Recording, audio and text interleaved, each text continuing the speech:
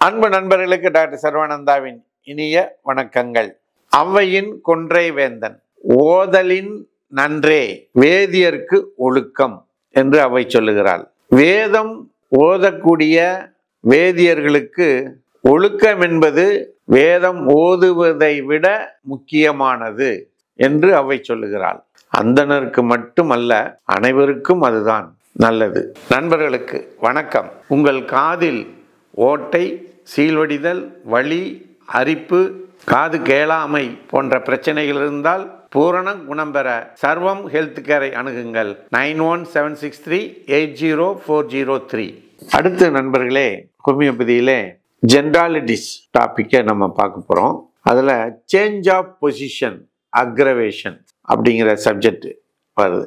அதாவது ஒருவருக்கு உடல்ல பிரச்சனை ஏற்பட்டால் அவரால் ஒரே இடத்துல, ஒரே சூழ்நிலையில, ஒரே பொசிஷன்ல அவங்களால இருக்க முடியாது. பொசிஷனை மாற்றி மாற்றி அவங்க இருப்பாங்க.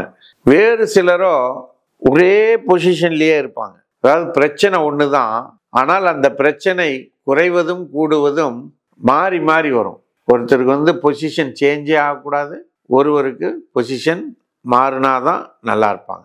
இப்படிப்பட்ட சூழ்நிலையில் தான் நம்ம சொல்கிறோம், பொசிஷன் மாறுவதால் நோய் அதிகமாவதும் அல்லது குறைவதும் ஏற்படலாம்.